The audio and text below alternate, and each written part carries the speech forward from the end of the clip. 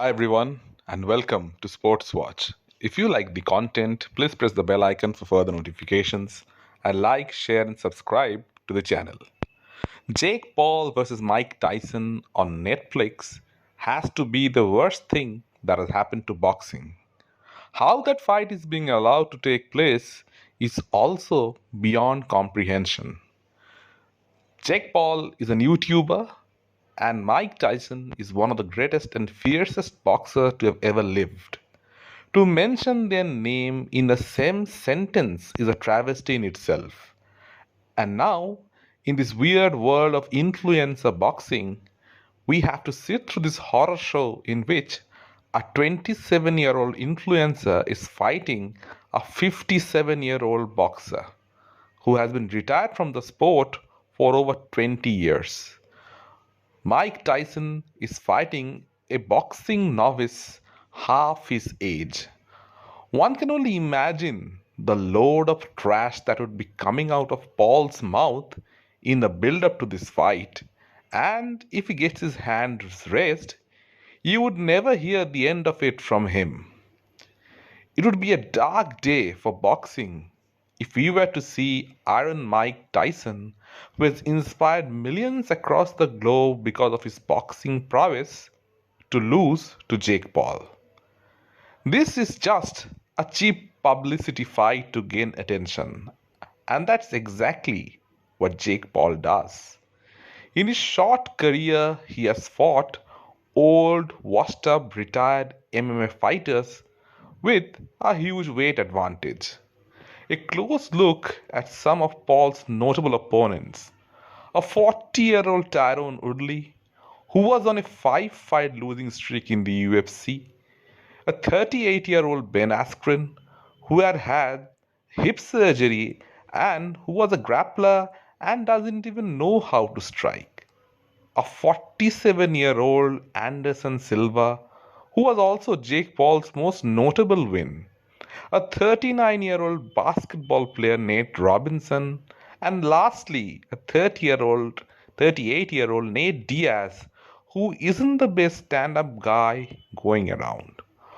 All these guys were worn out and way past their primes, and then Jake Paul fought them, that too at a higher weight class. Woodley, Askren, and Silva spent most of their careers at 170 pounds, while Nate Diaz spent his entire career at 155 pounds.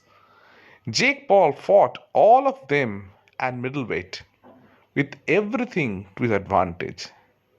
The only time he faced someone young of his age who is in his weight and also a boxing novice, Tommy Fury, he lost. That more or less sums up Jake Paul for you.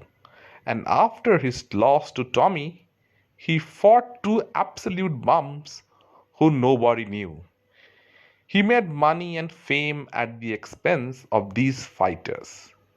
Mike Tyson is probably the only heavyweight champion that Jake Paul would be facing. It would be streamed on Netflix. The stipulations of this fight are still unknown, but it already leaves a bad taste in the mouth. For everyone's sake, one would hope that Mike Tyson can get some of that early 90s madness in him and knock Paul out into another dimension.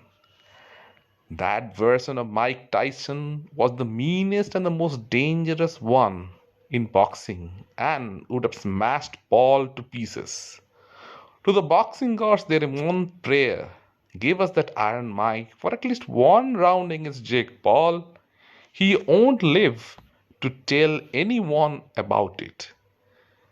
It's a strange thing that this Jake Paul, just a few months, was thinking about talking about fighting Canelo Alvarez.